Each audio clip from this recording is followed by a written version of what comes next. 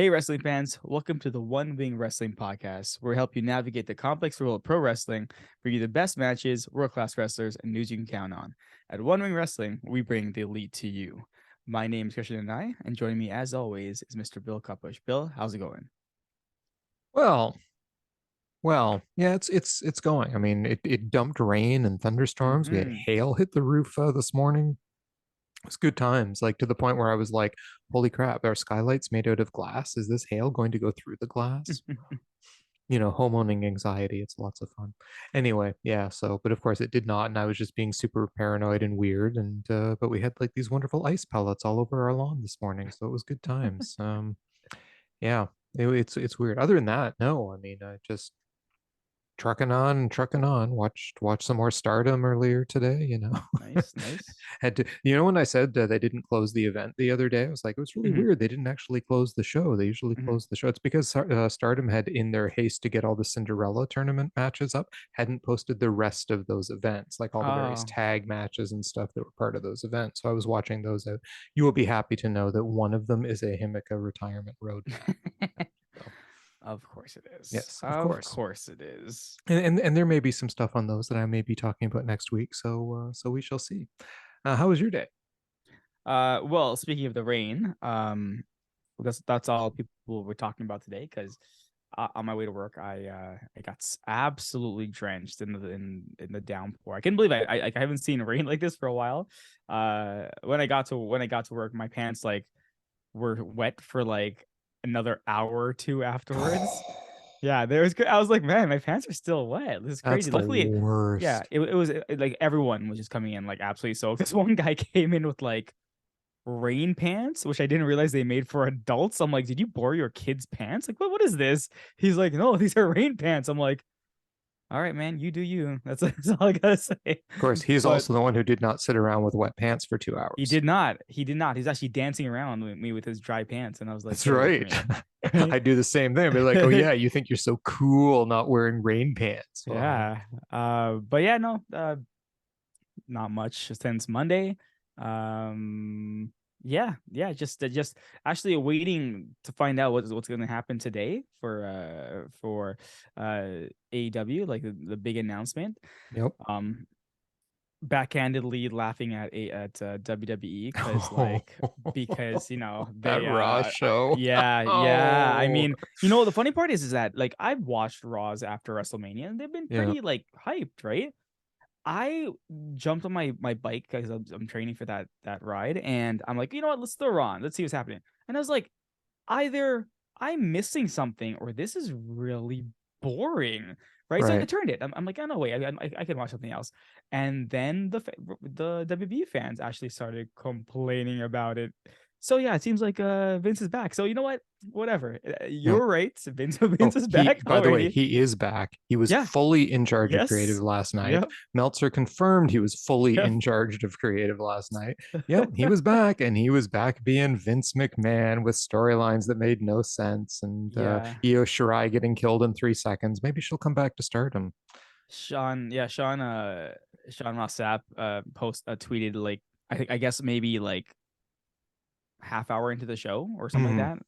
He tweeted that this show is absolutely different from what he had Mm-hmm. prior to like hours before. So Yes. so yeah, clearly that's back. I kind of again I laughed because I was like, this is it, right? Like I mean, Mm-hmm.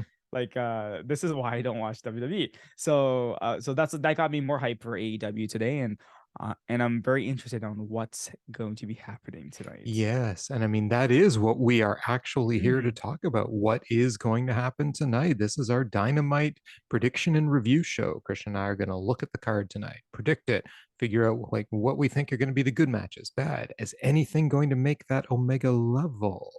Right. And then we're going to go watch the show, come back, go through the matches, see what happened, see if it met our expectations, exceeded, and what our match of the night will be, all that good stuff. I would like to point out, though, Krishna mentioned something important, so I'm just going to veer for just a second. Krishna is actually participating in the Ride to Conquer Cancer. Is that what it's called? That I just is want to get the name correct. right. Yes, he Yes, is. that And is he is correct. riding from Toronto to Niagara Falls on a 2 day swing. I think you're going through Hamilton to get there, Yep. right?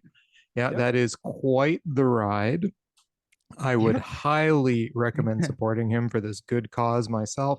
I will also be supporting Mr. Deny. I am going to put the link to his support in the podcast description and on our YouTube channel. So if any of you would like to help out Mr. Deny, the link will be there. Like we understand if you don't have the finances and stuff, we're not making you donate. We're not telling you you should. If you don't believe in causes, that's fine. But if you have any inkling whatsoever to help out Krishna on his ride, please don't hesitate to do so. I am admiring the fact that he's decided, after almost never biking in his entire life, to get on a bike and ride to Niagara Falls. So there might be a little bit of Schadenfreude watching Oof. this too. I can't wait to see what his legs are like at the end of that ride, but we'll see. Yeah, the training has kicked off. It's painful. I mean, I guess it's not easy, right? So yeah, I don't get that. Yeah, thanks for that, Bill. Just yeah, any support is welcome, and that's okay. If there's nothing you can do, that's perfectly fine. I'm putting myself through this for a good cause. I will probably regret it by the well, I'll say my body will regret it after the ride. Right. But hey, you know what? It's a challenge, and it's for a good cause. So, you know, Yep. Yeah. Almost everyone has someone that's affected by cancer. exactly, So, exactly. yep. But let us switch over then to tonight's AEW show. We have it's from Long Island, New York, from the UBS Arena. And we have 4 segments and 6 matches tonight. And we'll start off with the first segment that Krishna already mentioned. Tony Khan has a very important announcement. I would like to point out he did have an interview with Sports Illustrated today. And Uh-huh. on that interview, he said, "This is something I've dreamed of for years. It's a huge milestone for AEW, and I can't wait to talk about it. There will be fans around the world who will be excited. It is one of the most important announcements ever in AEW." I don't know, man. Like every time I hear him hype something like this, I'm like, oh yeah. So earlier today, Nigel McGuinness was signed by AEW, and I was like, it's good. I'm like, is this what his announcement's gonna be like? I like a Nigel McGuinness type person being signed by AEW and becoming all elite. I'm just nervous about these type of announcements because as we know, Tony Khan is the man of ultra hype, and I would say lands about 50% of them. Let's give him 50%, right? Because there's a lot of the times he doesn't land these things. And he really does overhype them. So when he says like this is something he's dreamed about for years, I'm very curious about what that could possibly be. Yeah, I'm interested. Obviously, if it affects AEW, I'm happy. You know what? Let's I know we're gonna be giving predictions out. Like, this is my hope. This is my hope with what the announcement is. He comes out and he says, "Our future is clear. We've signed Kenny Omega and the Young Bucks for like 10 years." Right? That's what I'm my hope would be, right? He's like, the elite will remain in AEW, and we will remain as the All Elite Wrestling. So I actually don't have any inkling what this could be. Because if it was the signing of like a regular wrestler, let's say a Jay White, let's throw that name out there, right? He wouldn't call it the most He wouldn't momentous thing call that, it, yeah. yeah, and he wouldn't call it like this will affect fans across the Mhm. globe too, Yep. And right? he didn't So just call this a big announcement. He called it a very important important, announcement. yeah. Yes. But he also called the new TV show a very important announcement as well. So I mean, Well, like, you know what we're getting, right? was that Well, they changed that Regina taping. Did you okay? hear about that? No, I There didn't. I was didn't there hear was a that. Regina house show, and they totally changed it to a quote unquote TV taping on an odd day of the week. Interesting. Okay. So there is a lot of speculation that we are getting another AEW wrestling based television show, and that's what's getting announced tonight. Interesting. I mean, if that's the case, like, I mean, remember that he he's having trouble with the Rampage right now, right? Like, he's having trouble Mhm. drawing viewers to Rampage. So Right. I don't know what an extra show is going to add to this, right? Right. But I think it depends on what that show is. Rampage is like, if they actually hyped it up as the equivalent of Dynamite and Dynamite, yeah. actually put the matches and stuff on it and put it in a time slot that wasn't 10 I p.m. on a know. On Friday, Friday. um, it might actually be doing extremely well, right? Because people love good wrestling. And the reason why everyone tunes into Dynamite is because it is clearly above and Yeah. beyond the flagship show of AEW, right? Rampage is clearly the B show that a lot of weeks is eminently skippable if you're not like a Yeah. diehard AEW fan, right? I mean, and then you've got Dark and Dark Elevation that are hidden away on YouTube, right? Yeah. Now, okay, great. You and I watch this stuff, but not everyone does. But Nope. you're right. Adding another show, it needs a completely distinguishing factor. Mhm. What is it about that show that makes it so different that I want to go watch it? Is it going to be like maybe more highlighting indie talent or something like that, right? Like bringing it'll be like a traveling show that goes from town to town and highlights the indie talent in those towns. I would be all over that. Maybe this is the rumored all women show that they were talking about, right? Possibly. I'd Right. watch that every week too. So I mean, hey, like I would hate to split, the women from the men and stuff like that. Like, and I'm not saying they're gonna split Dynamite, like they're gonna take the women off the show, but I mean, it's this would give a lot of the females like some time on TV if that's the case, right? Mhm. Which I would support. I give them some storylines, like don't just focus on like the handful that you're focusing on right now. Look at what's happening on Elevation, and it's funny because I get it. They're like, oh, we're gonna keep all um what is it, Ring of Honor storylines off of AEW TV, yet they still have it every now and then. Yes. So why are you keeping Athena off of TV? She's the women's champion and she has hilarious matches and she's so much fun to watch, yet you hide her on Dark But every Krishna, week. she's still on AEW, technically TV, like Yeah, so many of the other guys that are technically still. technically it's just ridiculous, and yeah, so I Yeah. don't know. I honestly don't know. I think you might be right. It's probably a new show. I have no clue. I don't know. I'm hoping Tony Khan actually shocks us with something. Yeah. Like I'm hoping for a shock, right? Yeah, that would be nice. If Yeah. it is the all women show, you know what that does open the door to, though, more so is more Stardom. working with Stardom, Yeah, I was right? gonna Because say more for everything Stardom. for me has to go back to Stardom, World Wonder Ring, right? So yes, it clearly opens up the door for more It Stardom. Because the does. minute I'm watching an AEW show and I hear any of their music hit, You're gonna lose it. I'm gonna lose it. So I'm just saying that ahead. Even if it's like, I hope it's Hannon's music because that would be the funniest reaction in an AEW crowd ever. Wait. What's that team you hate again? Oh God, Club Venus. I hope You're Club right. If Venus their music hit, shows I would up. just roll out of my chair. Oh, Club Venus. Tony Khan's big announcement. He has signed Club Signed Club Venus to Venus. AEW. Club Venus is all Oh. elite. Hey, I did see today that Mariah May is working out at one of the UWF gyms in Japan, which is like a really big deal. I mean, she's taking this. Shayna Baszler trained there. She's taking this Oh. very, very seriously. So that's a very good sign to see that if she's taking this whole wrestling gig that seriously, because Mm. she is in Stardom. Yeah, no, that was good. So I have a small beacon of hope, maybe that Club Venus may one day get better, but they got to get rid of that terrible entrance and attitude. Anyway, before this becomes yet another Bill Stardom podcast, we'll go on to segment number two. It is MJF Day in Long Island. So obviously this is getting interrupted again because really let's be real here. Mhm. So who's fought so far? Um, Jungle Boy has Mhm. fought. Sammy has fought. The only person who hasn't fought yet is Darby, right? Is Darby gonna come out and like just beat up MJF tonight? Like, Yeah, it seems like his turn, right? Because Sammy has a mm, match tonight with Komander that we'll get to yes, later, and yes.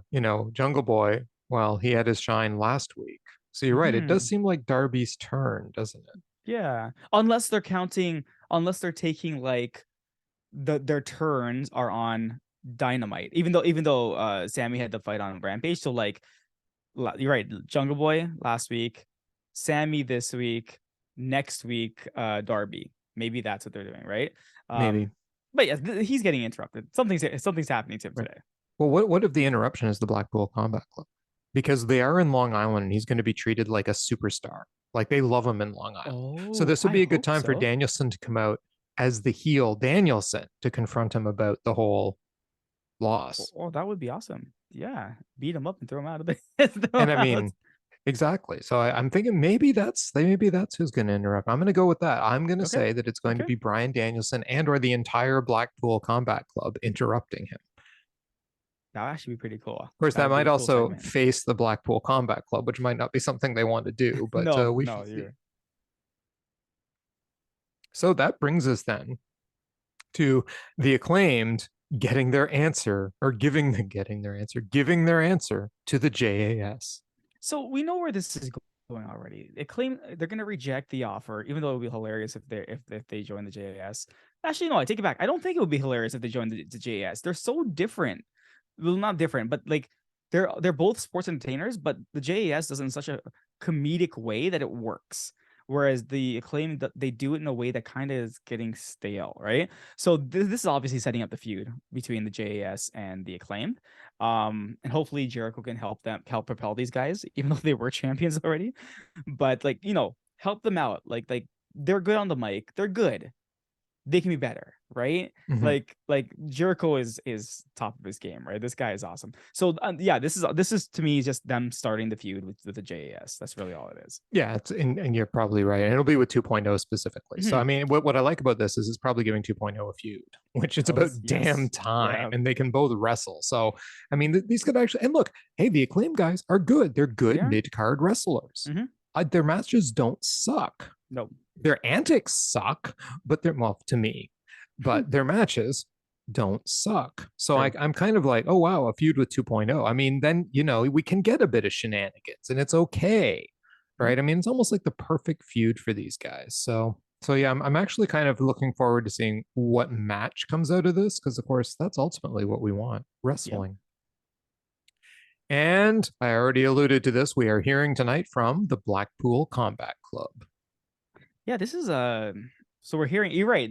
You're totally right in like we're hearing from both we're MGF 70th celebration, we're hearing from the Blackpool Combat Club. There are a lot of matches on here as well. So it's Yes. almost makes sense that they're gonna interrupt, right? Mm-hmm. Um yeah, they're gonna address the situation with the elite. I'm hoping they'll like I know Matt Jackson's probably not gonna be there, but he could be there. I'm hoping the elite confront the Blackpool Combat Club because I'm very curious like how they're gonna play this back and forth, right? Because they're not ready to go. Matt is still hurt. They're not Mm-hmm. ready to go, right? Unless Yeah. Takeshita jumps it. But like Brandon I'm Cutler. very curious. Yeah, I'm excited. I'm actually excited for this segment because Yeah. I don't really care about the other segments. Like this is the segment I want to see because Mm-hmm. it's progressing in the storylines I care about right now, Yes, right? So exactly. Anything with the elite, we are yep, there. yep. Yep. Okay. Yeah, I'm with you. I think I'm hoping that's what it is too. So let's go. Let's go. We also have 6 matches on this card. Mm, 3 of them are title matches. One is kind of a half of a whatever title match, and then we have yeah. 2 other matches. So the half of a whatever title match is Hook as the champion taking on Ethan Page for the FTW championship. So, okay, I'm torn on this match because I love Matt Hardy and what he's been doing, but I don't want him to like break up with Ethan Page, right? But this is what their line they're going down. Um, Hook is good, Ethan Page is good, right? Mm-hmm. And the problem I'm looking at this list of matches tonight, and I feel like it's gonna be like hard for me to judge like which is gonna be the lowest match here. Um, I'm going to actually go ahead and put this one at number 6. I know there's a match you're probably gonna put number 6, but I'm putting this one number 6, not because it's gonna be bad, just because I'm looking at the list and I'm giving hope to some of these other matches, right? Thinking that based on the people in it, I'm hoping it's actually better than than some of the better than this one, I should say. But I'm gonna Mm. go ahead and say this is gonna be a good match. But like I'm gonna put it at number 6. Well, I also put it at number 6. Oh, okay, okay, okay. So yeah, no, and you know what it is? Ethan Page is good, but he's not great. Mhm. Hook is Yep. good, but he's got personality problems. There's possibly too much shenanigans here, so I don't think Ethan Page is taking the FTW championship. So, and it's not that I think this match is going to suck. I just think it's just going to be decent, and that's about it. Yeah. So I actually, yeah, I put it as 6 because the ones that are at 4 and 5, I think will be slightly better. Yeah, So same, same. anyway, That brings us to match 2, Juice Robinson taking on Ricky Starks. I totally even though I was reading it, I totally forgot about this match. Juice and Ricky. Like Juice is great. Is good too, but I'm like, I just don't care about this match at all. I really don't care about this match. The zero bill to like, I just don't care because there's no storyline going along with it, right? With that being said, I'm gonna have to put this match at number 5. Like, this is gonna be my number 5 match, just because I just don't get it, and I kind of want it to be over with because I just don't understand it. Right. I have slotted this one at number 4. Okay. Because I think that Juice Robinson and Ricky Starks can still put on a decent enough match between the two of them. Mhm. And, I think some stuff's going to happen. I don't know what, or is this just going to be, if it's Ricky Starks stomping Juice Robinson, I don't care. If it's Yeah, actually going to be like a really good match and maybe Juice even pulls off a sneak win or something, I right? hope We'll so. see. Or is it just something if it's just something for Ricky to do while he's waiting for a real opponent, then I'll be pretty disappointed. And this could definitely slide down my charts. So yeah, I can't say I'm like super hyped about this match, but I do like Juice Robinson. Same, same. I can only hope the rest of the Bullet Club comes out and beats the living crud out of Ricky Starks, but Well, then we have Sammy Guevara taking on Komander. So, my number 2 match is probably gonna be your number 1 match. That being said, this is my number 1 match. I'm looking at the list. This is everything I love about AEW, right? Like, this is the flippity dippity, like crazy wrestling and fast paced. I love. All right, as we heard, like, Komander versus who was it? Vikingo, was Vikingo. it Vikingo? Blew the roof off of Ring of Honor, right? So I can only imagine. I can only imagine what this is gonna do, right? So I am going down and saying Sammy Guevara versus Komander. They're gonna steal the show tonight. I couldn't agree more. This is also going to be What? my match of the night. Oh, Well, no, I mean, damn. Sammy Guevara is insane. Yes, agreed. Agreed. Komander is insane. This might not be Kenny Omega and Vikingo, Yeah, but it's going to be like yeah, their proteges going at it, right? I mean, yeah. well, Sammy Guevara wrestles a slightly different style, of course, than Hmm. Kenny Omega, but I mean, Sammy Guevara is amazing. He is an elite wrestler. He is. Komander He is. is an elite wrestler. Sure. So we've got two guys who can pull off moves for days. Both of them take risks. This match could be absolutely phenomenal. So I'm not going to look at a potential, match of the month, top 10 Mhm. of the year candidate and go, oh, this probably won't be the match of the night. For me, this could very well be the match of the night, and it could be one of the top 10 matches of the year. We Yeah, shall see. I mean, we've got a lot of Kenny Omega and Will Ospreay hopefully that's coming up true. this year. So that means that you could have 1, 2, and 3 right there, right? So, but that said, yeah, my number 1 as well. Can't wait to see this match. Awesome. Then we have Jamie Hayter, the champion, taking on Riho for the AEW Women's World Championship. So this is the match I thought you were gonna put as your number 1. Mm, I'm slotting this one in as my number 2 match. okay. I think my only problem with this match, and I'm saying this right now, which may make it fall. I think the wrestling is gonna be great. I think the story around it's not gonna be that great. If the outcasts or whatever they call themselves decide to interfere, which I think they are going to interfere, it's going to really drop this match for me. It Mm-hmm. really is, right? So I'm going to slot it in as my number 2 for now, but I have a bad feeling that this match is going to get ruined. Yeah, well, that's why I slotted it as my number 3. Okay, okay. Yeah.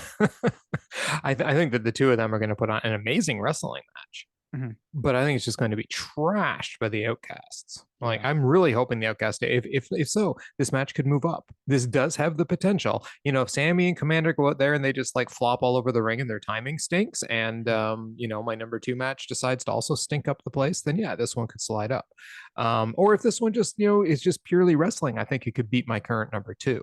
Mhm. So we shall see. But I mean, you're right. I do think very highly of this match. We'll just have to see what happens. For now, I've slotted it at 3.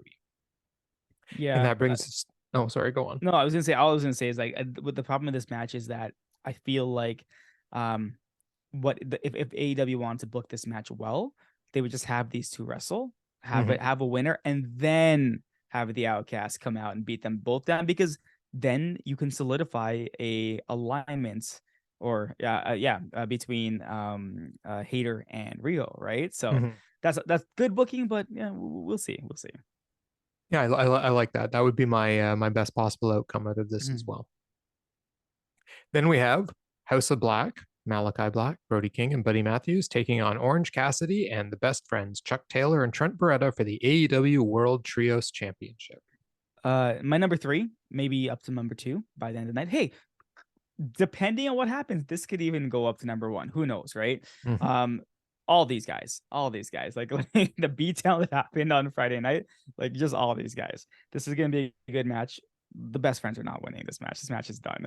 I want to see a great showing by the best friends though, and I just want to see House of Black run through them. Like I need this. I need to see how cool the House of Black is. And this match is gonna be great. This match is that's why I'm like so hesitant. I'm like, depending what happens with number 2, this one can just jump right up. So Mhm. number 3 and my for now. Yep. Oh, I agree totally. This is my number 2, but I had a lot of trouble going back and forth between 2 and 3. 1 for me was pretty settled, but any of those top 3 could Mm-hmm. be one. Any of Mm-hmm. them. Mm-hmm. My 4, 5, and 6. Like it's again, we've got this 1, 2, and 3 matches, and for me, then the 4, 5, and 6 are pretty much clumped together too. Right? Yep. They're all pretty close in the way that they lay out for me. So, yeah, I think this is going to be number 2. I really look forward to it for the same reasons as you. I want to see a strong showing from the House of Black. I want to see a lot of good wrestling, good moves, stuff like that from Best Friends and Orange Cassidy. I know Orange Cassidy will have a strong showing, so yeah, I'm kind of hyped for this match. Then we get the Guns taking on FTR, which I wouldn't be surprised if this is the main event of the show, for the Yeah. AEW World Tag Team Championship and FTR's career in AEW. So my number, this would be 4. Yeah, 4. This would be my number 4th Yes. man. Yeah. Um, I'm gonna be shocked if FDR loses this match. To be completely honest with you. Again, after we predicted, hey, this will work, they've signed whatever. Mm-hmm. Then Dax came out again and said, no, we haven't signed, whatever, right? So again, I'm gonna be shocked if they signed. Sorry, if they lose, because hey, as we know what's going on the other side, right? What the, with Mm-hmm. all the shenanigans with Vince, I'm I'm hoping that this is a good match, and I hope that FTR takes a belt because I'm hoping for good wrestling matches. I think, who was I talking to? I was talking to somebody recently, and they said the same thing. They just they want FTR to grab the belt, or they call them the revival, like it's FTR, so that they can see some good tag team wrestling again, right? Because FTR, they're great. They're absolutely great. So I mean, I'm again, the Guns are not good. I shouldn't say that. The Guns are good at wrestling heel the way that WWE wrestles heel, right? Like tag team heel. That's what they're good at. So there's not like flashy moves. It's slower and stuff like that. Okay, but they're wrestling FTR, and I'm hoping FTR puts on a showing tonight to show exactly why they deserve those belts, and then I'm ready. I'm ready to for an FTR run. So this match again, even though I'm slotting it in number 4, I have hopes for it. I have hopes. I don't think it's gonna go lower than that, but I have hopes up for it. Yeah, I slaughtered it at number 5, largely because I don't think FTR can save the Guns. Um, It's fair. I don't love the Guns for the same reasons you said. It's like, okay, you guys are kind of you're like low mid card wrestlers to me, like low mid card. I mean, I think that they should be giving teams like why is their name escaping me? Ryan Nemeth Oh, the and wingman, the yeah, wingman. thank you. The way I don't know why I couldn't send. Yeah, they should be giving those guys this slot. You know, I mean, those guys have been around. Well, I mean, okay, these Guns have come up through the AEW system too, but whatever. Like, just because they have their father's last name, they get the shot. Like, Yep. you got Peter Avalon, Ryan. Those guys are working their ass off down there, man. Yeah. Give them a shot. You know who else would be really good up here? The Workhorseman. Yeah, they would know that Anthony Henry guy is pretty good. I know he's really, really But good. I've and heard guys, that. Tony Khan, just give Ryan Nemeth what's his name? Oh my God, what's his The brother's Dolph name? Ziggler The Dolph. contract. Let's give him the Dolph Ziggler contract. Just give him the contract, right? Like, Exactly. Brian Nemeth never speaks on TV. Give this guy a mic. He's Oh my absolutely God, hilarious. yes. Oh, there's so much talent in AEW. They need to give There the is guys who have the talent the time to the shine. time to shine. I Yeah. agree with you. Yep. I 100% agree with you. But yeah, like I'm hoping FTR wins. We get a run. They, you know what? I mean, like, I'm hoping the build for this is FTR wins. They go on a run. They challenge whomever at Forbidden Door. They win those belts again because the whole point of the FTR being in AEW were to find out who were the better team, the Bucks or FTR. Well, we know who the better team is, but having like great matches.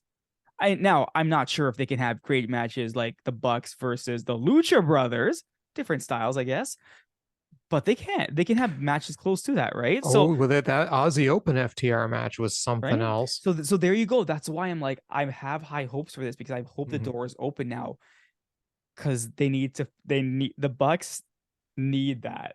And I'm ready for that, right? So Yep. I'm hoping for FDR to win, I'm hoping for better matches. I'm just get rid of the guns. Like let them go fight like someone else. Like I don't care who they're Yeah, gonna so fight. we're both sitting here just absolutely assuming FTR is I winning this know. match. That's what I And mean. I'm I'm like, sure I don't every know. AEW fan right now is going, FTR is totally winning this match. Yeah. Yep. But what if they lose? I know. What if they lose? But maybe we should go find out if they lose. Let's go find out. Okay. We're going to go watch the show.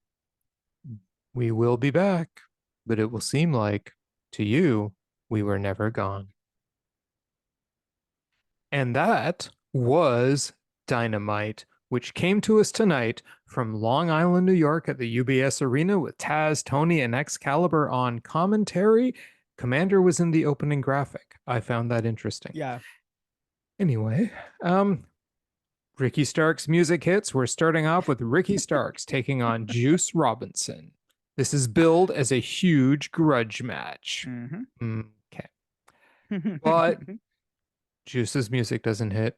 Jay White's does. And Jay White, Switchblade Jay White, comes out and Juice jumps Starks from behind, and it's a Bullet Club beatdown Yeah. on Ricky Starks. He tries to fight back, but Juice drops him with a roundhouse. Switchblade nails him with a Blade Runner. And that's basically it. We just get Switchblade and Juice. They're together.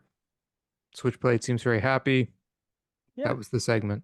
Yeah, very, and a really odd segment, right? Like, listen, nothing against Switchblade or anything like that. I thought this is good. Like, this is bigger than Juice Robinson, right? So if you want to have a feud with Ricky Starks versus somebody, then maybe Switchblade is there. But I thought the presentation should have been a little bit better. Like him coming out, it should have been a bigger pop and stuff like that. It's like he kind of strolls out, and I'm like, oh, that's that's cool. Switchblade, and then they proceed to kind of like beat Starks down, and they don't even let Switchblade talk. Right? You know what I mean? Like normally they let him let someone say something, and yeah, obviously if you go online now, like Tony Khan's like just saying that Jay White is all elite, but like obviously, but yeah, I mean, listen, I didn't hate it, but I didn't love it. Right? I was kind of like, okay, sure, right? I was like, hey, I guess this is the number 6 match because it didn't really happen. So, There are 7 matches on this show. oh man, do you have to count that one too? Yep. All right, then I'll count this as 7 then. Okay. Yeah. Cool. It is also my number 7 match, but I think I liked this more than you did. I Okay. didn't mind that he didn't talk because it was just his debut. He came out, like, he didn't need to talk. He came out. He clearly showed he was on Juice Robinson's side. He clearly Mhm, showed this was Bullet Club. mhm. Anybody who knows New Japan knows he was the leader of the Bullet Yep. Club there, right? Yeah. So he comes out, big free agent, clearly with AEW. Yeah. Let's see what he can do in AEW. I think maybe we might get to see a very interesting side of one Switchblade Jay White. So, am I surprised he signed with AEW after the weekend? Nope. No, Not I at am all. not surprised whatsoever that he signed with AEW. So I wonder if this was the plan all along for the Juice Robinson match and how long ago he signed. It'll be interesting to find that out. But yeah, no, I'm okay with this. I was okay with this. It was I Mhm, like, oh my god, blown away. No, but the crowd did have some holy shit chants in it. mhm, mhm, So I mean, mhm. people seem to be like he got a good pop when he came out, and the crowd was right behind this one. So although of course this crowd has some odd tastes being in Long Well, Island, but yeah. Anywho, yeah. So that was the opening segment. I just want to see what he can do. mhm, But also, I agreed. agree. The number 7 match. Mhm. Well, then we get the Adam Cole return recap vid, and then this, with the whole, victory over Daniel Garcia, and then Jericho looking over his shoulder at him, and then we see Tony in the back with Chris Jericho, and Tony says, "Why did you come out?" And Jericho says, "I have nothing against Adam Cole. I'm happy he's back. He had a great match and got the win, and the girl, and the celebration." And it goes on and on and on. And meanwhile, Daniel Garcia, one of the greatest talents of this generation, is lying in the ring as they celebrate.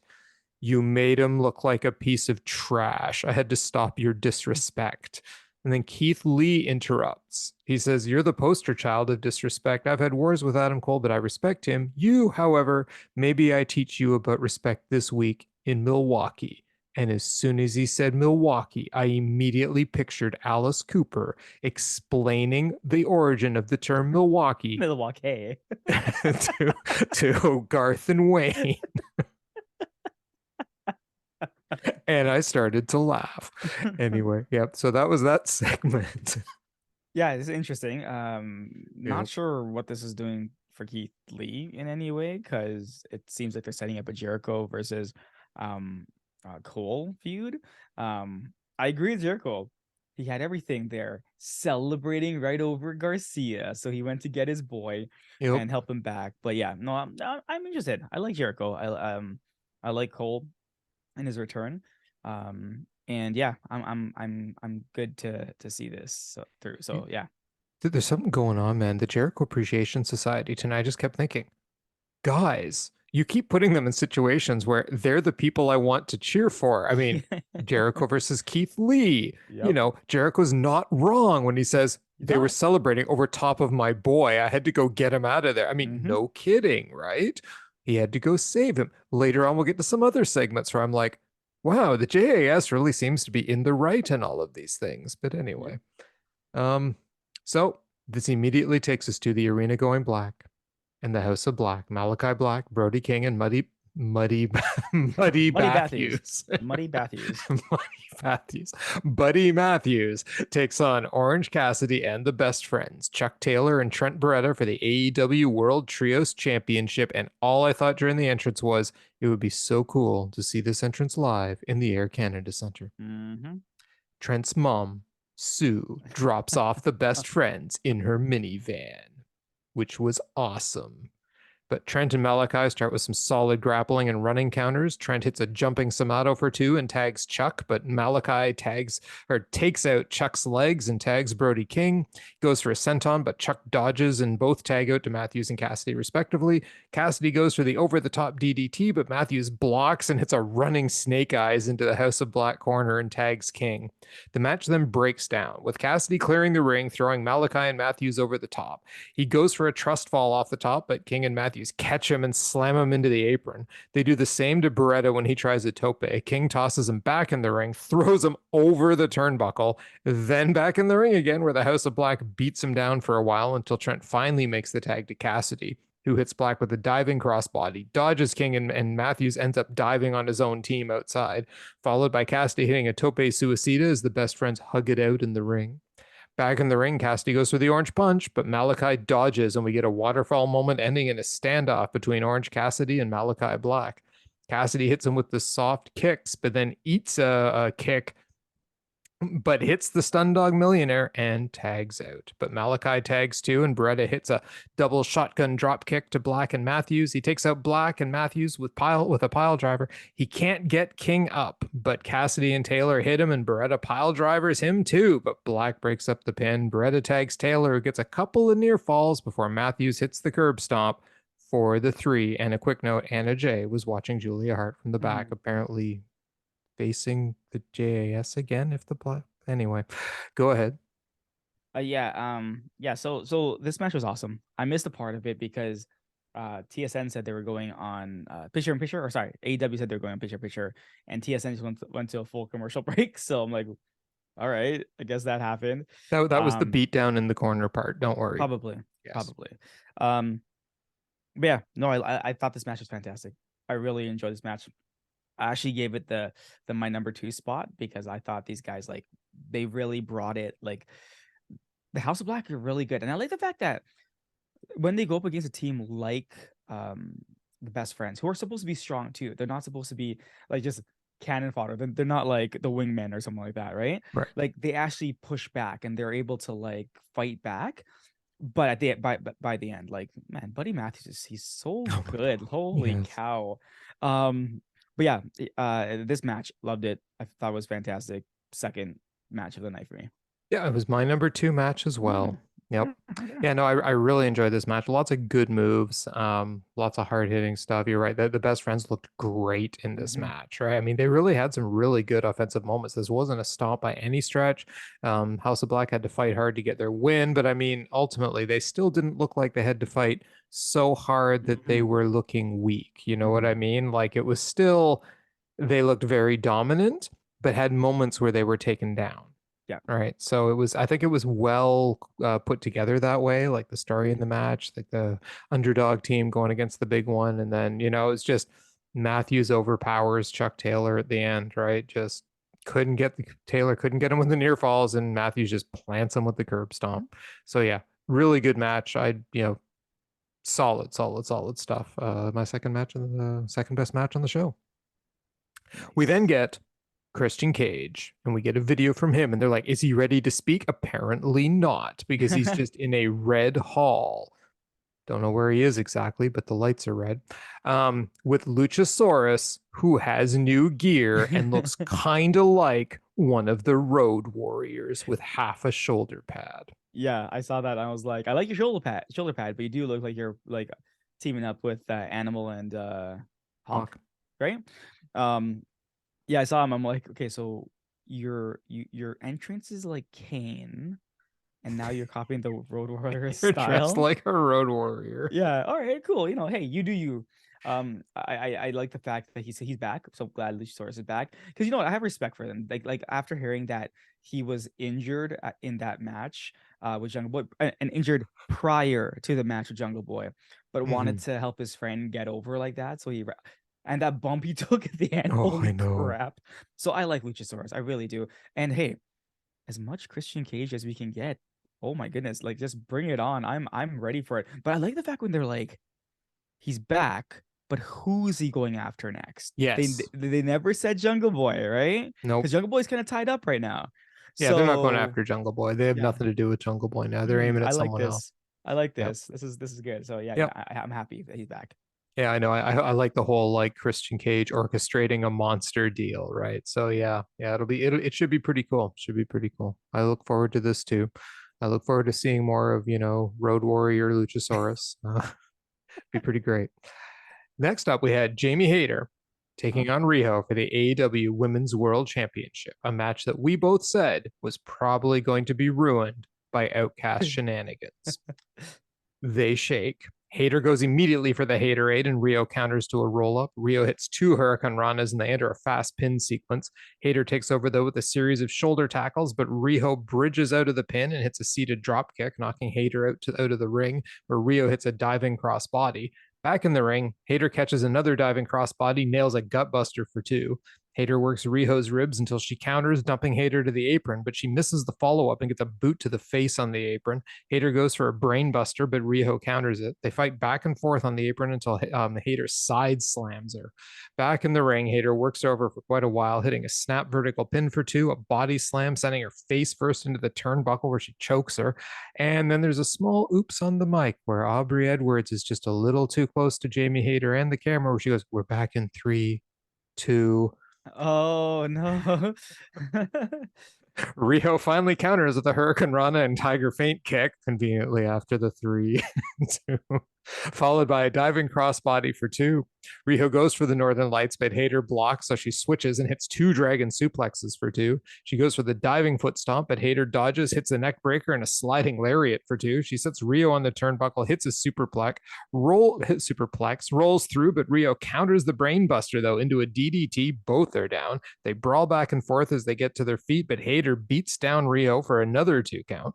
She sits Riho on the turnbuckle again for an avalanche facebuster, but Riho blocks it. She locks on a rear naked choke. Hayter elbows her to the apron, though, but Riho comes up and lands a Hurricane Rana off the top rope, then the running double knees, but Hayter gets her boot on the ropes.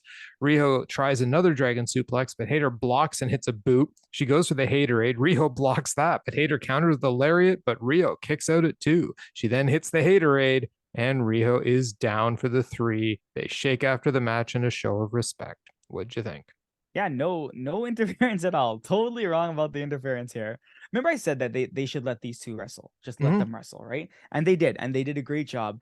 You know, I liked it. I like this match. And I was actually it was for me, I was going this and the previous match we just talked about, the House of Black match, I was considering like which one of these. Like it was back and forth, right? For my number 2 spot. I really did enjoy this match. I thought but in my head I was like, okay, is it interference now? Interference now. Interference, and nothing happened. And they had a really, really good match. Like these are 2 great AEW female wrestlers, right? Or just wrestlers in general.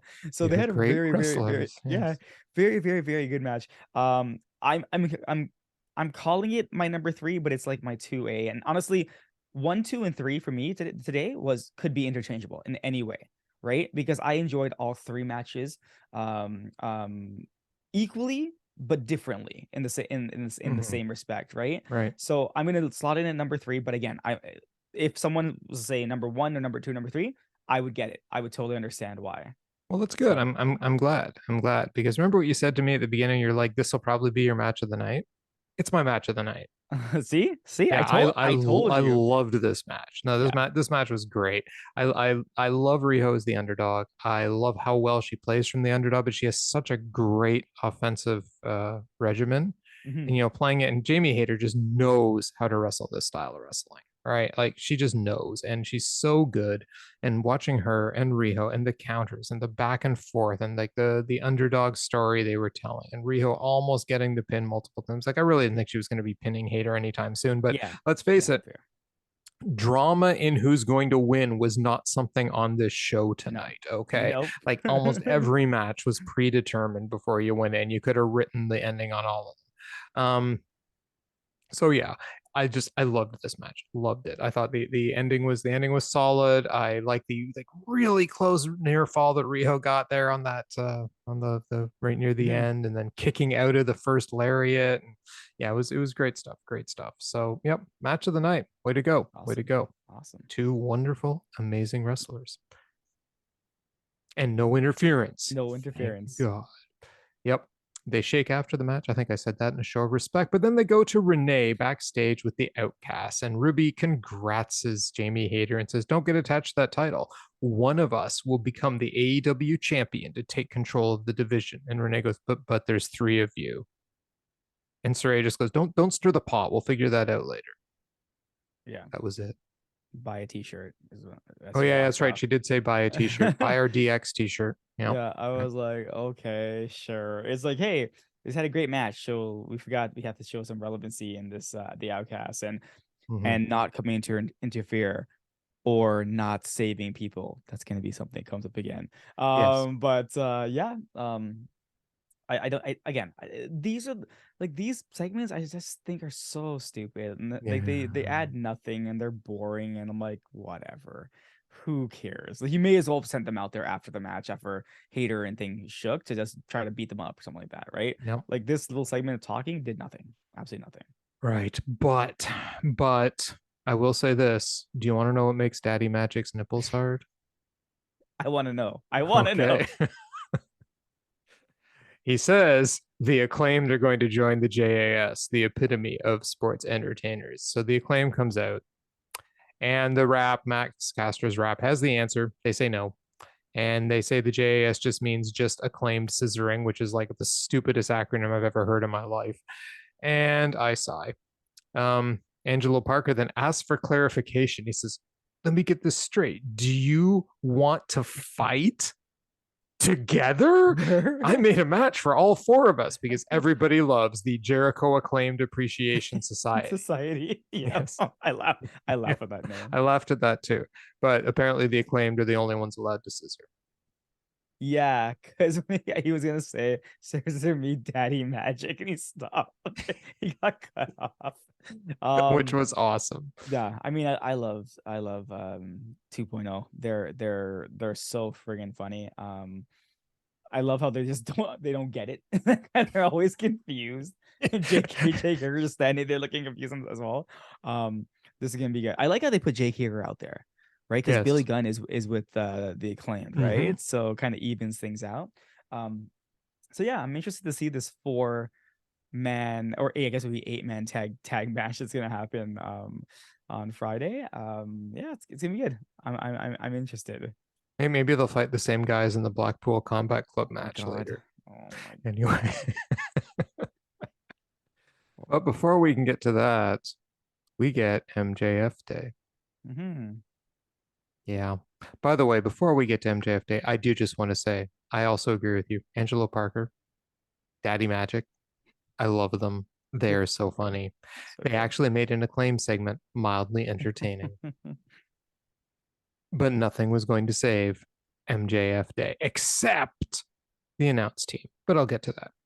So they show a video of him getting the key to the city, and he says, and I actually like this line. He says, if you want to be at the pinnacle of our profession as a professional wrestler, this is the belt to hold. Granted. And so then he introduces the Mike Rogers band that is playing live, kind of a big band jazz ensemble. MJF comes out. He says, I'm sure they're big in New York. MJF comes out and says, we are here to celebrate the most important day of all in the most magical place in the world, Tahiti. I mean, he actually said Long Island. When it rains pennies from heaven. And then MJF sings Pennies from Heaven, and Taz says he's channeling his inner Louis Prima, who I had to look up, and it turns out he is a jazz singer. Tony does not care, though. MJF does the whole song. Excalibur tells Taz to go warm up the car. Tony tells him to run him over with the car, then back over him again. But then MJF's in the ring with Joseph Saladino, who is the town supervisor, I guess, of the town of Oyster Bay. It's a hamlet in Long Island. Maybe that's where the arena is. I don't know. He gets booed. He calls MJF the pride of Long Island. April 5th is now known officially as MJF Day in the town of Oyster Bay. MJF says this is a huge honor. He gets the crowd to chant, you deserve it. And he says, and there are losers who don't deserve it, Sammy, Darby, and Jungle Boy. He then tells a story about his childhood in Long Island. He has ADD, which starts an ADD chant, and Tony wonders what the hell is going on. He couldn't focus in school. He had an unsympathetic teacher who would laugh at him for not knowing answers and use him as an example to the other kids. On the last day of class, she asked him where his brain goes. He said professional wrestling. He dreams of being champion. She said the probability of that happening was slim to none, but her math was off. He's the champ. And he says, if you bust your ass, you can be anything you want except one thing, MJF. And Excalibur says, you know, we'd be in Massapequa by now if Taz, if we'd left when I said. And then MJF is going to do an encore, but Jungle Boy, poorly disguised as a band member that MJF apparently needed to flip on, attacks MJF to a chorus of boos. They get into a pull-apart brawl until Sammy comes out. Sammy picks up the title belt to another chorus of boos, except from me. He shoves the belt back to MJF and heads to the ring. What'd you think of MJF Day?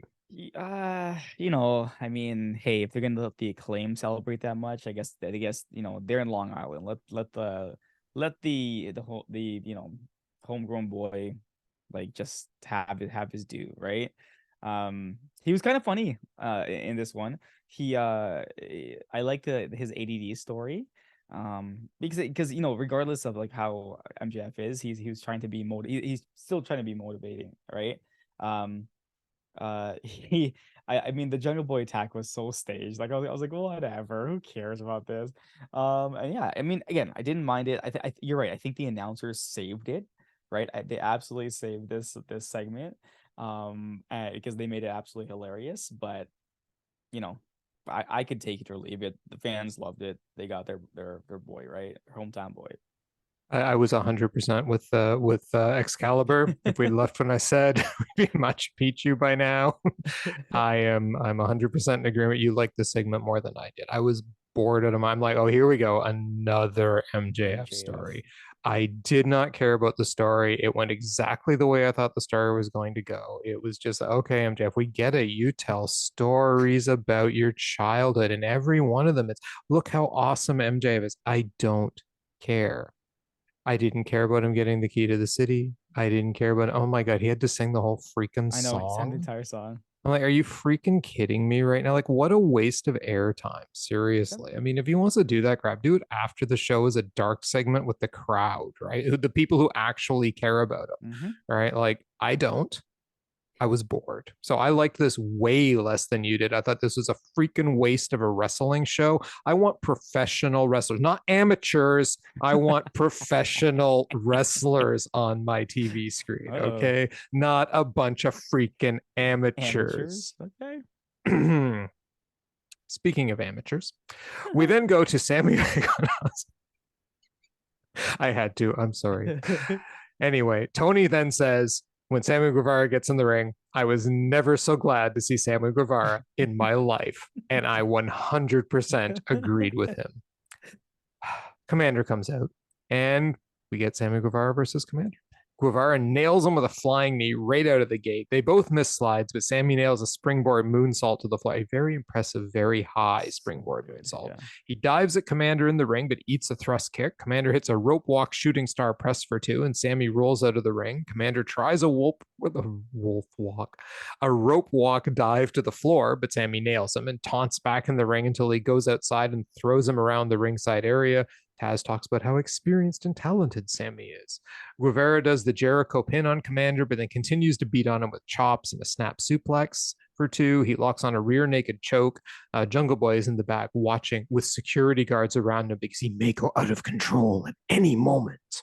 Guevara goes for a vertical, but Komander fights out and hits a springboard poison Rana, knocking Sammy out of the ring. He then hits a rope walk moonsault to the floor. He goes for another rope walk shooting star press, but Sammy moves out of the ring. They dodge each other, and then Komander hits a springboard 450, but the rope walk shooting star, like that's like what his fourth rope walk shooting star attempt, eats knees for two. Sammy goes for the GTH, but Komander counters with a roll up for two. They go up opposite turnbuckles, and Komander runs on the ropes yet again to him, but Sammy intercepts and arm drags him. GTH and the three. I obviously love this match because it had the flippity dippity stuff that I absolutely enjoy. Komander apparently just likes to run around the top rope for some reason because that's what he does. I was like, this guy is like trying to do the Undertaker, but he's obviously way better than the Undertaker ever was. And yeah, some of these some of the flips, I was like, how are you jumping off the top of the top rope onto the floor and just like standing? I'm so confused right now. Like, I get it, you guys are athletic, but like, listen, I've jumped and I've hit my feet on the floor, and I know the pain that shoots up your feet when that happens. I don't understand how these guys do it. I just don't get it. Right? I get it. They're athletes, they're acrobatic. I just don't understand. I don't get it. But anyways, yeah, Komander, he had a really good showing. I thought his he's it's interesting. You're right. Like, I thought I was gonna go online and see Komander is now all elite, but nothing, absolutely nothing. So, hey, it is what it is. But again, Sammy's week. Next week it's gonna be Darby. I think you know me. I love everything Sammy Guevara does. I think he is absolutely fantastic. This guy can wrestle, and here's the thing: he can wrestle his style with anybody, right? Big, small, like, because he can sell. That's the whole thing. This guy actually can sell. So yeah, for me, I again, I love this match because of the flippy dippies, and I gave it my number one spot on there. Yes. Yes. You get blinded by flippy dippy the same way I apparently get blinded by Joshi wrestlers. Yeah, there you go. There you go. I think look, I love this match. Okay. I didn't hate this match by any stretch of the imagination. It is, for me, it's like that same thing you were talking about. For me, it was kind of the 2B to the House of Black 2A. Yeah. I think that what brought it down for me a little bit was Komander doing the same move over and over and over again. I was just kind of, okay, dude, we get it. You can do a running shooting star. I mean, if you're going to do a spot fest, do different spots. That's all I'm saying. Just do different spots. Okay, we get it. You can run all over the ropes, but that was like all he was doing. That's all he did. Running on the ropes. You're running on the ropes. Hey, look, you're running on the ropes again. Okay, that's great, Komander. I'm impressed that you can run like that. I have never seen anyone else run around the ropes like that, except maybe Ray Phoenix. But even then, I think you're better than him at running the ropes. Yes. But you ran the ropes. Okay, great. I thought Sammy, actually, his moves looked more impressive, the actual moves themselves, than Komander's did, right? And Komander wrestles that very lucha style where, like, before every move, he takes that pause and he sets himself up for it, and then he goes and does it. And, like, that's a very Mexican wrestling style thing, right? And I don't know, it didn't 100% click for me. Now, this is just a minor criticism for me. And I didn't get a lot of story or sense out of this match. It really just felt like a spot fest to me. And that's what it was. There was no story. Like, it's like, hey, he's fighting Komander. Why? Like, even if something happened the weekend, we would have been like, okay, that makes sense. But nothing. I mean, there was no reason for this match. And, like, I kind of expected more out of it. So I think I went in going, okay, this is going to be insanely stellar. And I'm like, Sammy, I've seen you do better than this. Yeah. Right. I went in expecting like Vikingo versus Omega. No, and then I said that ahead of time. I said, this isn't going to be Omega Vikingo, but it's going to be very, very good. Right. Because Sammy's amazing and Komander's amazing. And I don't know, it was good. It was really good, but it wasn't amazing to me. I mean, I'm sure there's lots of people. Maybe I was just watching a different match. I'm sure there's lots of. I mean, they got holy shit chants and stuff. They did. For me, it just fell a little short of where I just kind of wanted the bar. You know what? I'm not going to disagree there. It did fall a little short for me too, because I did expect more. I expected a closer to Vikingo and Omega match because, as we said, Guevara is on the Omega level, right? And my assumption is that from what I've been hearing, Komander is close to there as well. So you know what? Like, something did feel a little off. I'm not gonna lie to you because I think after the fourth rope run, I was like, can I do anything different? Like, yep. That's what, like, when it finished, I was just kind of like, okay. Yeah. I mean, Komander, you got caught with that cutter because you doing a rope run for the 10th time in a row, right? Was it a cutter? It looked like an arm drag to me. No, a cutter. So he actually ran across the ropes and hit him with a cutter? Oh, wow. Because, like, from where I was looking at him, like, it didn't even look like he reached his head. Yeah, no, he ran across and that's where Sammy caught him with the cutter. Okay. Well, no, that's cool then. Fine. He got it with a cutter, not an arm drag. Yeah. You thought he ended it with an arm drag. Well, and then the GTH. I mean, arm dragging a guy off the top rope will hurt, right? I mean, I see it all the time in Stardom. So, you know, the arm drag pin. There is nothing wrong with an arm drag pin. Okay, look, he's just lucky he wasn't wrestling Saki Kashima and didn't get pinned with the Kishi Kasai. Okay, that's all I have to say. Oh my god, man! I wish he did do the arm drag pin. That would be the best. Okay, arm drag. Jericho taught him. That's true. Arm bar. Exactly. Arm drag. The Saskatchewan. Anyway, you know, and anyone who doesn't remember like late 90s WCW is not going to have a clue what we're talking about. But anyway. Tony comes to the ring. Tony Schiavone, that is, not Tony Khan yet. Yeah, the big announcement's yet to come. Oh, no. He says, you know, Sammy, you seem to deserve a title shot now. And Sammy says, I do deserve I do deserve the world championship, don't I? Oh, and I do stuff the world champion doesn't do. I wrestle. Love that. What was that shit? American Idol? The last time we fought, you didn't beat me. Sean Spears. I went, oh yeah, Sean Spears. Sean Spears in a steel chair beat me. So if we're supposed to be the four pillars, your side wasn't built by you. It was built by those you tricked to get here. You lied and cheated. I'm almost jealous, but you're finding out what I already know. I'd hate myself if I was you.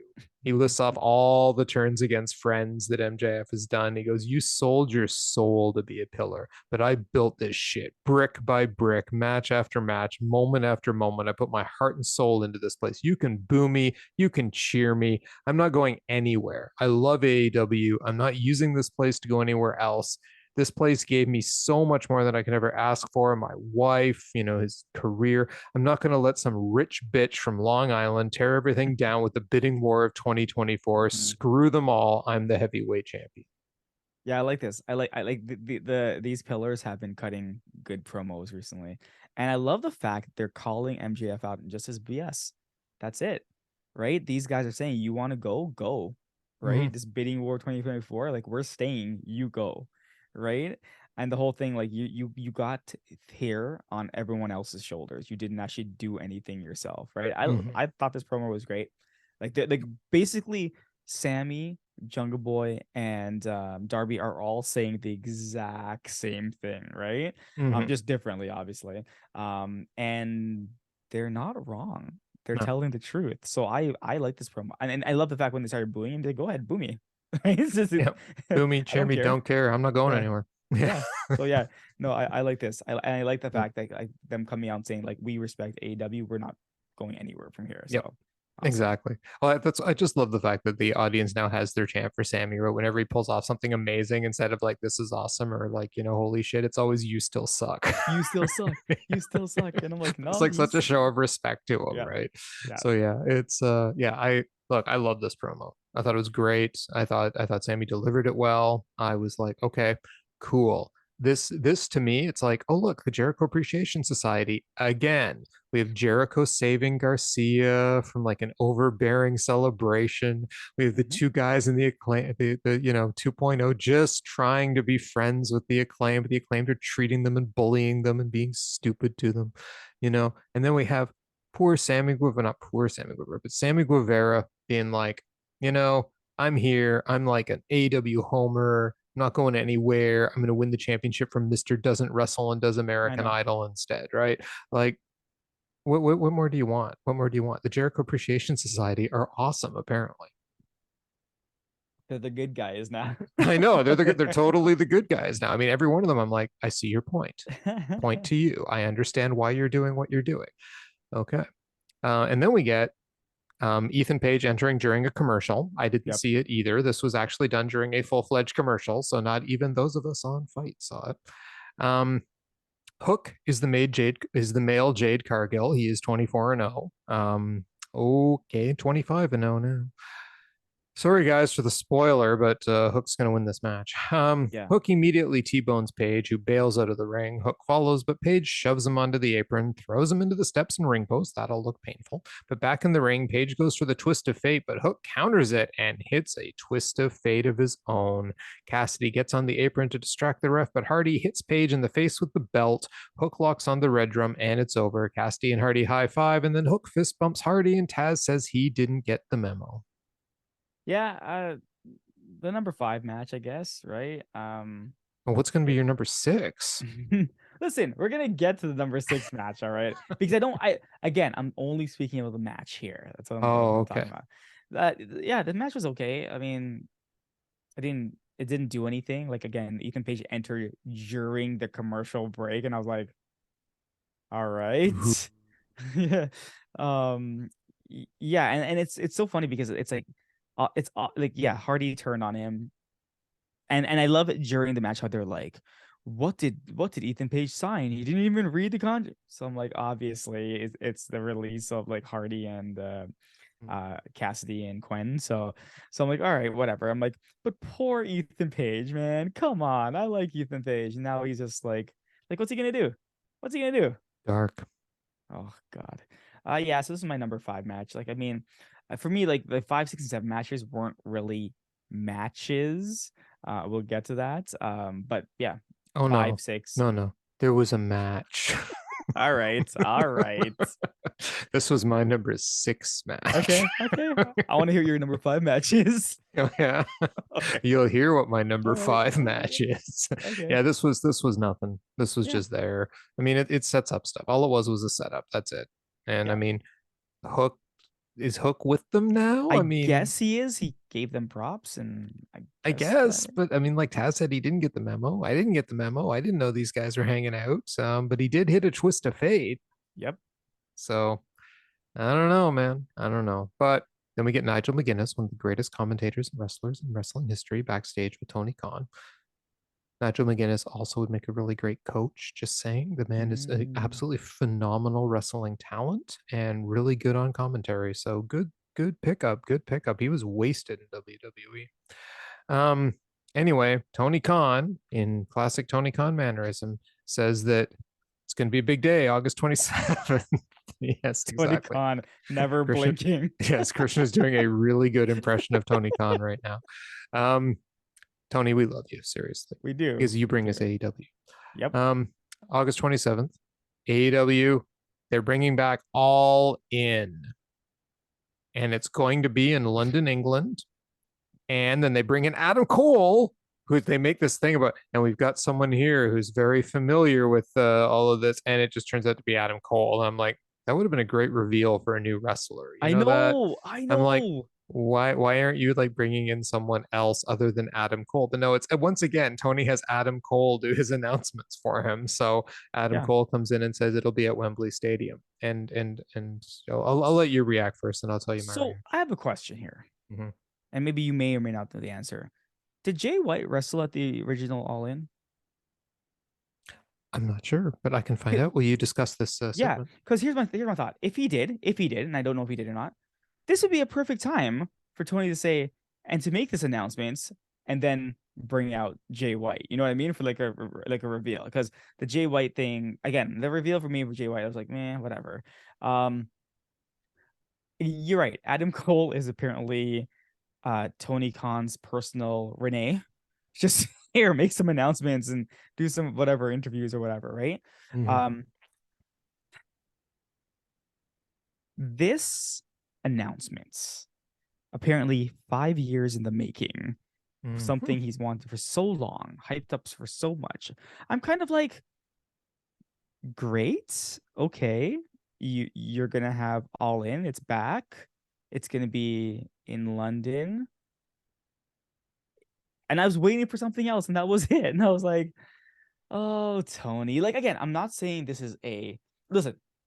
If listen, what happened when they announced stuff Exactly. in That's Toronto, right? We you're lost saying exactly what I was going to say. Yeah, Yep. we lost our minds. We Yep. lost our absolute minds. So Yep.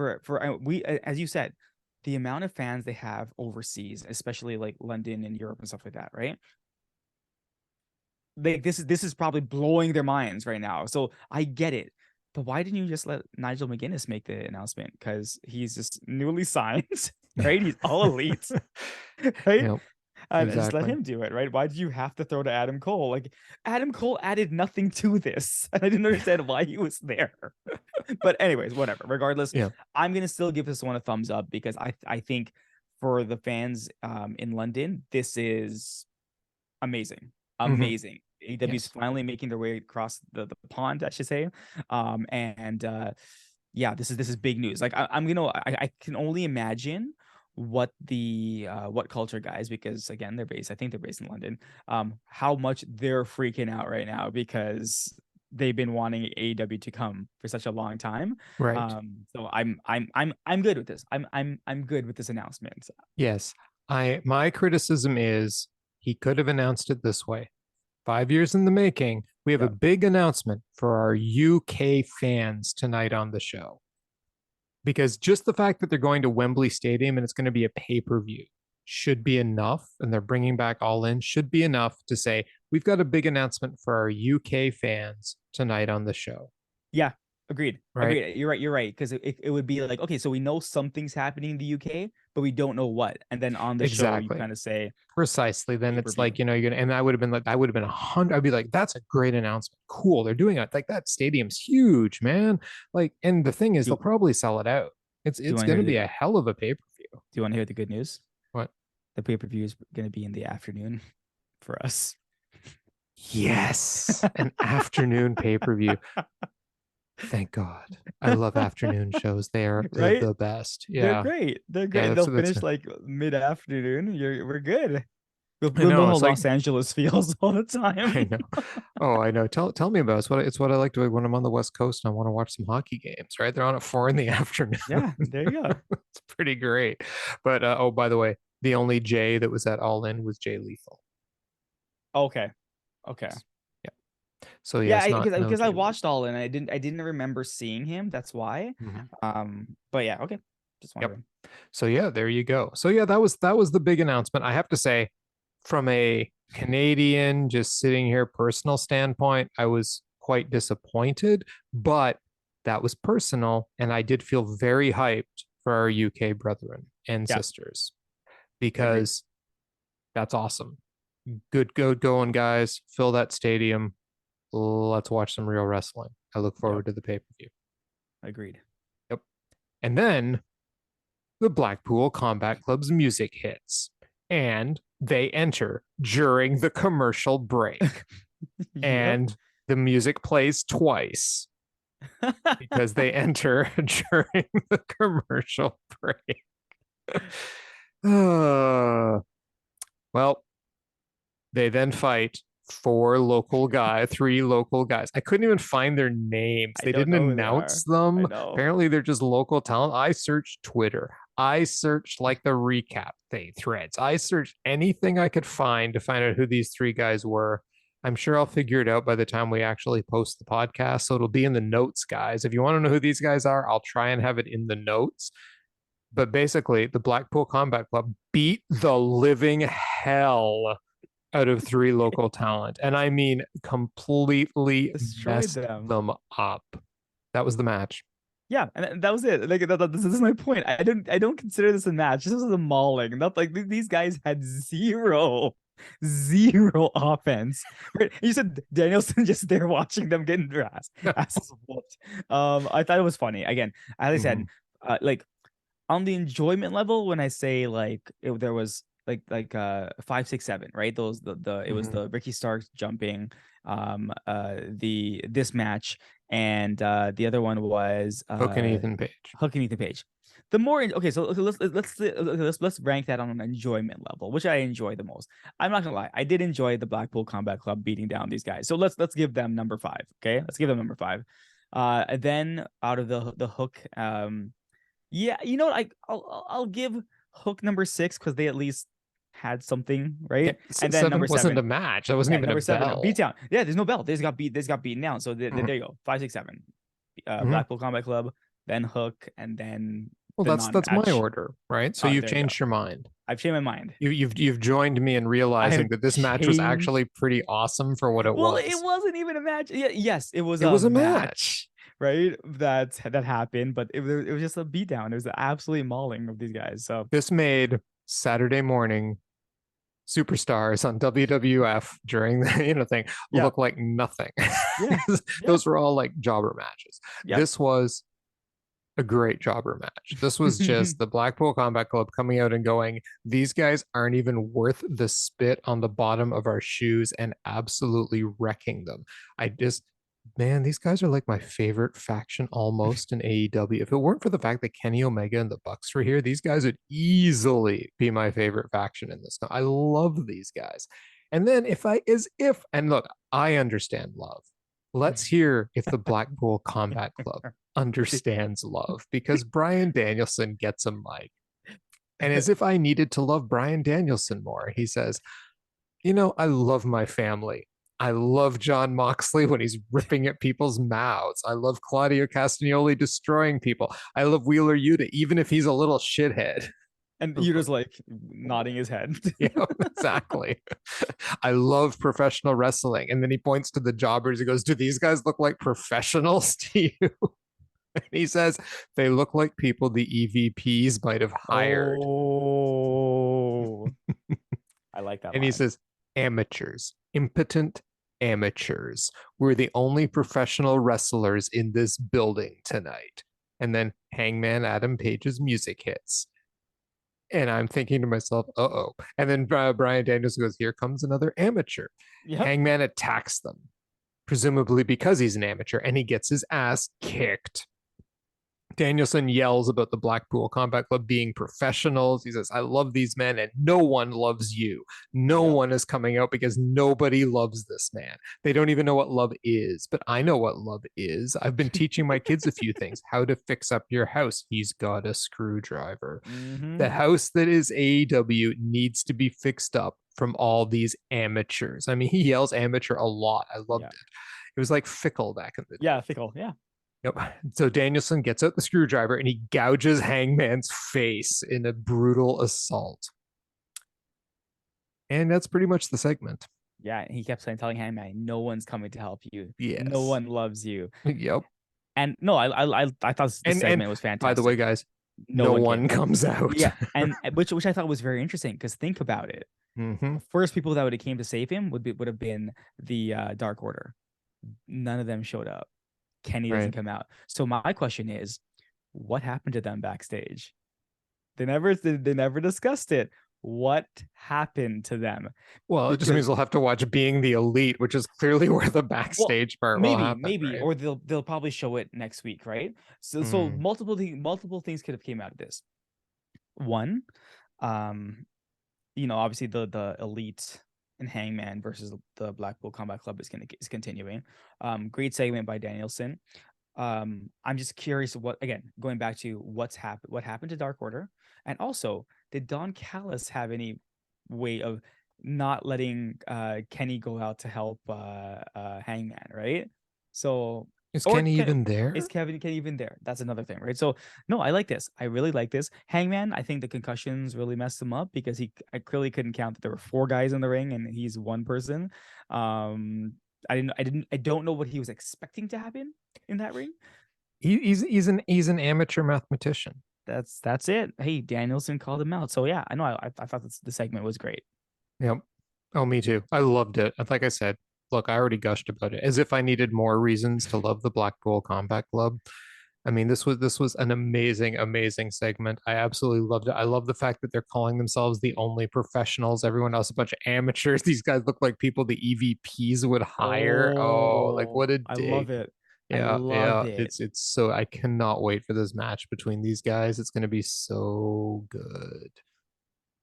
It almost feels like they're giving potential storylines they could have given to CM Punk to them, to the Blackpool Combat Club now, right? Let them call out the EVPs. Let them have the feud with the EVPs, right? And literally call out the EVPs, right?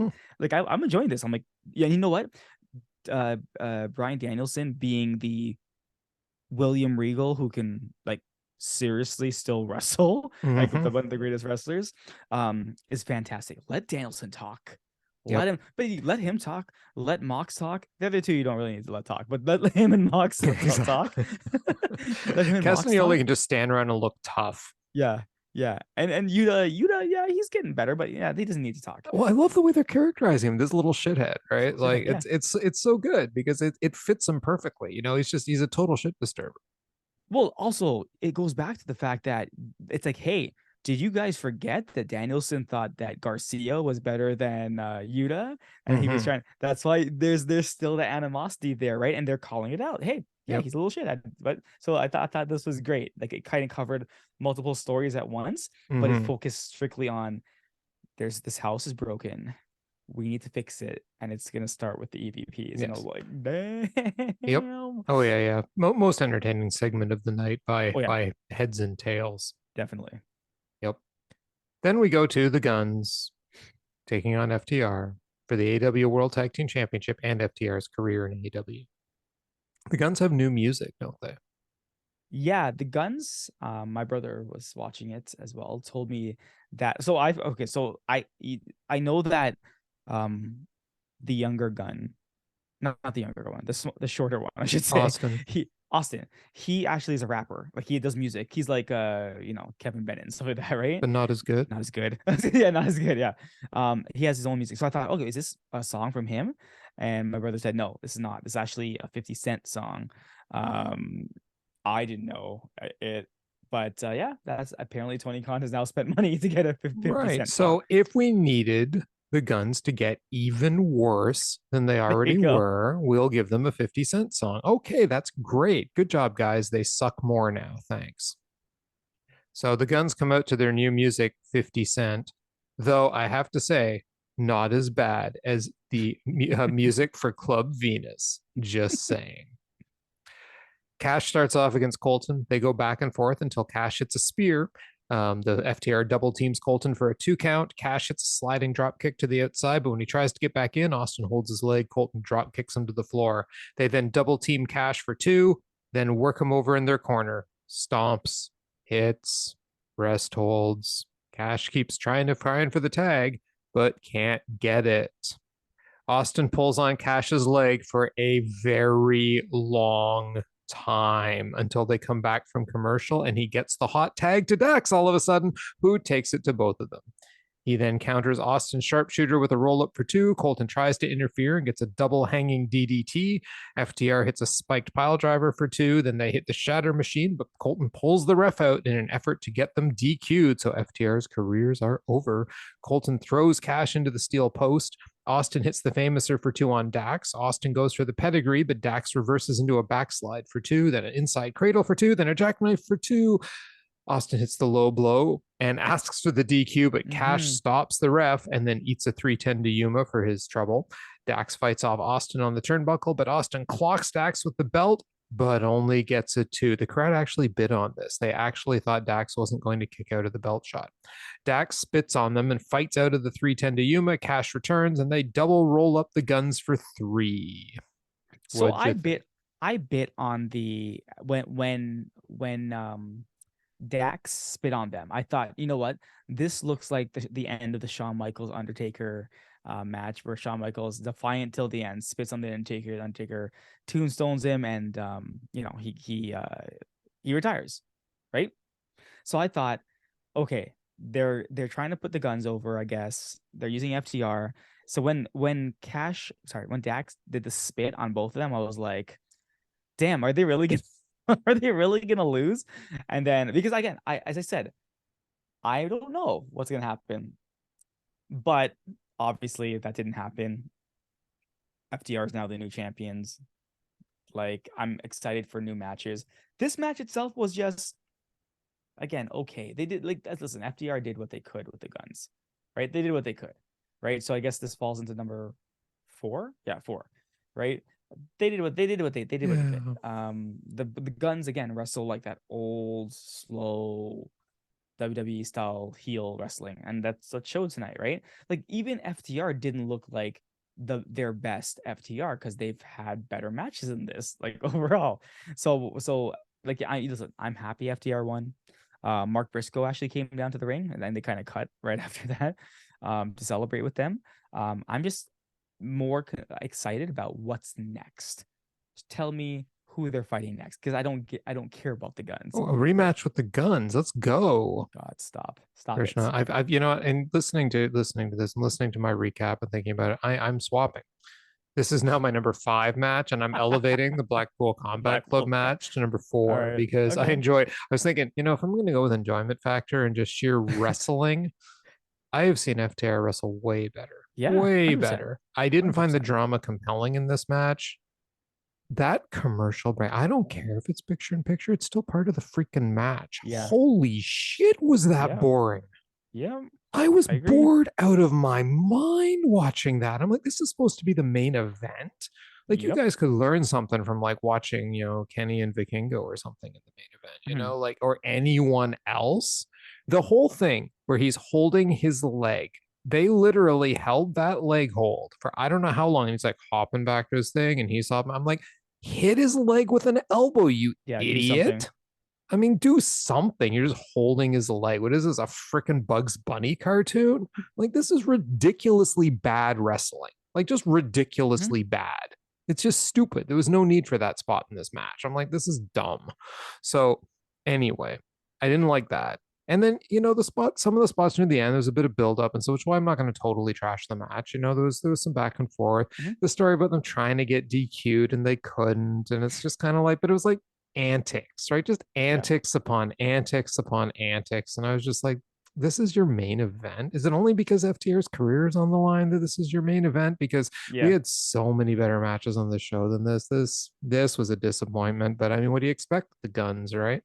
And FTR just looked a little slow. It's just Yeah. me, or But they were Dax looked because like they he's were. gotten slightly out of shape. That's how he's always looked. Like I thought Yeah. that's.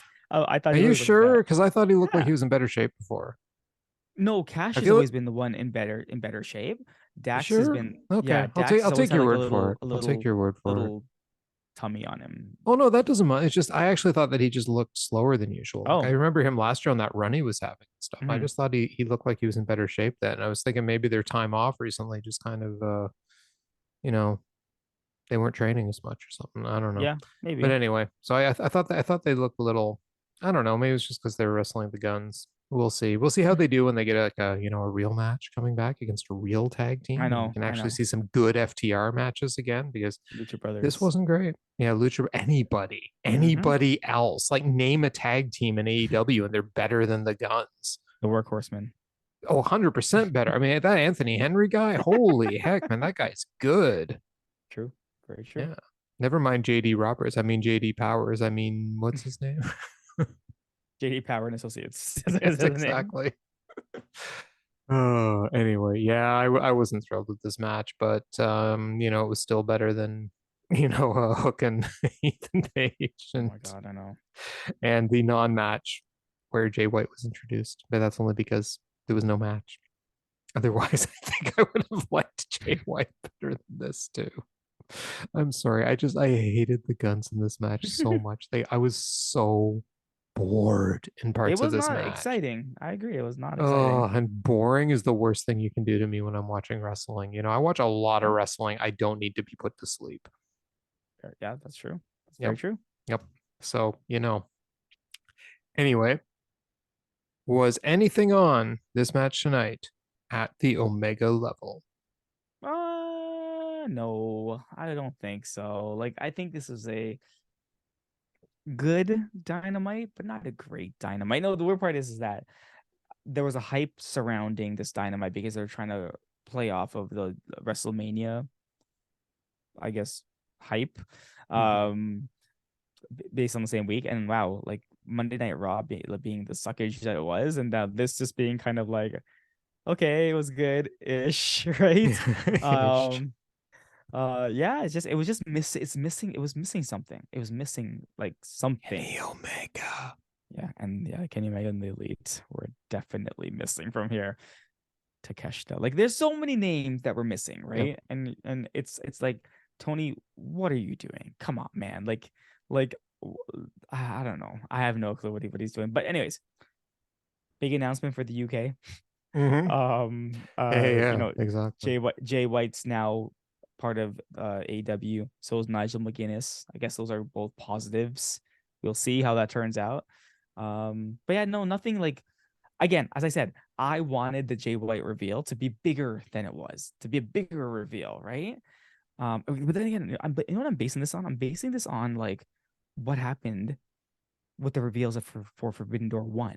Do you remember how those reveals happened?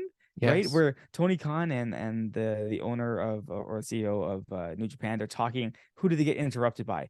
Jay White, right? You're like, what the Hmm. hell is going on, right?